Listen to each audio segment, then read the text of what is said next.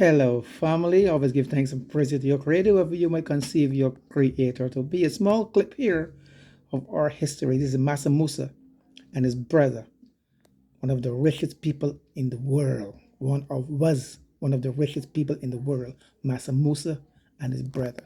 Here's a clip from these two brothers long before Columbus ever think about coming to America. Here we go, folks. May have heard of one of the richest men to have ever lived, the king of Mali, who lined his path to Mecca with gold and put his kingdom on the map, literally. But have you heard about the one who made him king? Before Mansa Musa, there was Mansa Abu Bakr II. He was Mansa Musa's brother and king of the Mali Empire. So how did Musa become king?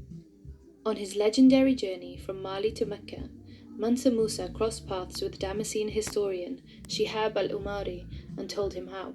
The monarch who preceded me would not believe that it was impossible to discover the limits of the neighbouring sea. He wished to know. He persisted in his plan. Mansa Abu Bakr II was an avid traveller and had roamed all around his vast empire before yearning to discover what lay beyond the Atlantic. So he called on engineers of the Lake Chad to build ships so he could launch a fleet across the ocean.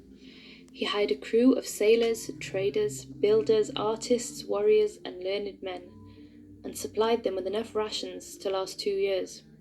He told them not to return until they reached the end of the ocean or until they had run out of food and water. But after a lone captain and only one of the ships from the 200 he had sent returned to Mali, claiming that the other ships had been pulled into a current and disappeared, Mansa Abu Bakr II began to prepare a fleet once more. But this time, the brave and adventurous king decided to make the journey himself, in 1311, almost 200 years before Columbus set foot on American shores.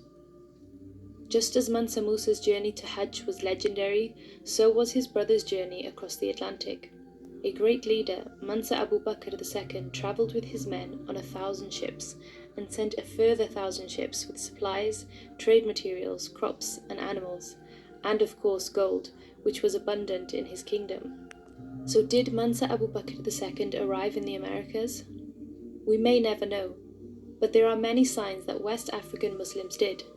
Some of the strongest evidence comes from the pen of Columbus himself, who wrote in his journal that Native Americans confirmed black-skinned people had come from the southeast in boats, trading in gold-tipped spears.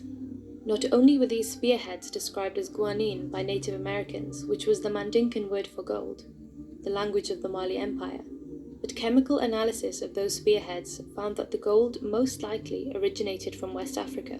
Columbus and his son also found that Native Americans had handkerchiefs like those used in West Africa, and clothes similar to the Muslim Moors of Spain. Whether or not Mansa Abu Bakr II himself made it to the lands beyond the Atlantic, we cannot deny that this courageous ruler of one of the richest and largest empires on earth gave up wealth and power in pursuit of knowledge and discovery. His determination to reach the Americas could very well mean that West Africa's relationship with the Americas did not begin with slavery, but with sailors, explorers, and kings. If you did not know, now you know. This part 3. Peace out. One love.